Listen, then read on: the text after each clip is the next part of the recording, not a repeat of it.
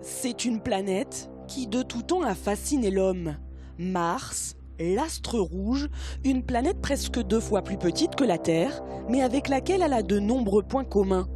Alors pourquoi n'y aurait-il pas aussi une forme de vie ? Il faut savoir que sur Terre, dans certains déserts extrêmement arides, comme le désert de la mort aux États-Unis, les conditions sont extrêmement difficiles. Il y a très peu d'eau, très peu d'humidité, et pourtant les formes de vie arrivent quand même à se développer. Donc rien n'interdit que sur Mars, on n'ait pas ces formes de vie qu'on appelle extrémophiles, qui pourraient être encore à l'heure actuelle actives. Mars est aujourd'hui devenu l'objet de toutes les convoitises. 2 robots américains sillonnent actuellement cette planète. Et l'Europe est partie à sa conquête. Ce mercredi, elle a tenté de faire atterrir un module appelé Schiaparelli. Un atterrissage que des passionnés du club d'astronomie de La Roche-sur-Yon ont souhaité suivre en direct. L'enjeu pour les Européens, c'est de démontrer qu'ils sont capables de poser un atterrisseur sur Mars avec succès.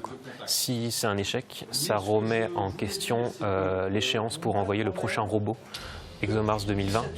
L'idée, c'est de prouver qu'ils sont capables de poser quelque chose de simple et ensuite d'envoyer quelque chose de plus complexe. Car l'idée est qu'en 2020, ce robot puisse forer la planète Mars pour chercher des signes de vie en souterrain. Tous ont donc les yeux rivés sur l'écran. Si, c'est bon, ouais. 18h30, TGO vient d'envoyer un signal. Une partie de la mission est réussie. La sonde a été placée en orbite avec succès.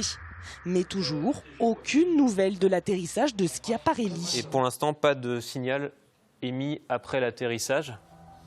Et les nouvelles n'arriveront finalement que le lendemain. Ce jeudi, l'Agence spatiale européenne a annoncé que Schiaparelli ne serait pas en état de marche. La mission ExoMars est donc à 50% réussie, puisque la sonde, elle, en orbite, devrait apporter de nouvelles connaissances à l'homme qui prévoit de coloniser cette planète d'ici 2030.